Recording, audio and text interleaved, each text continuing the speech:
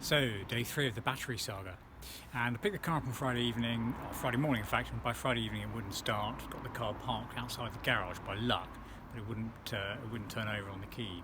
So Saturday required the purchase of an extension cable so I could get the charger to the car, and I also did some work on the car to help that. So it's the battery that's the issue, so let's have a look at that and see what I've done. So on the 911, the battery is in the front of the car. Here it is, front of the car, and it's up in the bulkhead by the firewall. Of course, the engine's in the rear though, and actually you can see here that there's been some attempts to top up the electrolyte in here, some damage to sort of the plastic. So I've got these open.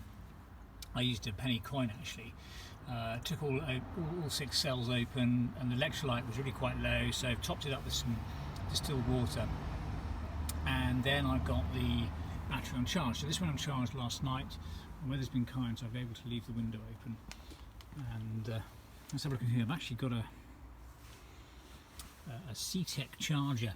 Now the reason I've put the charger inside the car and used the 12 volt into the supply there is because I didn't want to use leave the car unlocked overnight, and you can actually drop a window and still lock the car. So I've used this. Now looking under here, let's just do something with the, there we go, we've got, yeah, that's showing a good charge, so it'd be interesting to see if that's enough power to start the car. So what we'll do, we'll turn the engine over, unplug the conditioner, turn the engine over and see what happens. So I'll come back in a sec and we'll give that a go. Okay, so here we are inside the car. Let's pop the key in. Key 1 is in, and we've got enough power to put all the lights on, but clutch in nice and hard up to against the wall. Let's see if we've got anything happening. No, dead as a dodo, absolutely dead as a dodo. Let me show you that down here. So here we go. There's absolutely nothing happening there whatsoever. So that is a very definitely not moving 911. So we'll have to have a little chat with the dealer and see what we can do about that. Frustrating, because it's really sat here for 2 days, done nothing, whereas of course it should have been out driving. What a shame.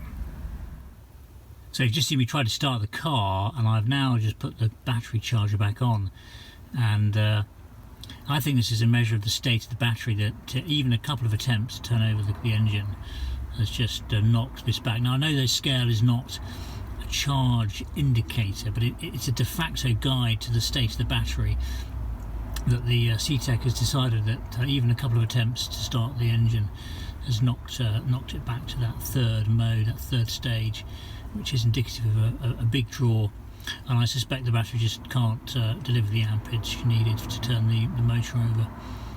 So let's hope that's all it is. There's no other reason to suggest there's a problem. The drive home was flawless. Everything worked in the car. There's no indication of a drain or an intermediate problem. So we'll have to wait and see. But at the moment, on my finger, the finger points, I suggested a battery that's past its prime. I think it's the original battery in the car, and that certainly would suggest that it's not holding its charge at that point. So I'm going to unplug it all now, leave it overnight, and then we'll have a chat with the dealer in the morning. So more on this to come.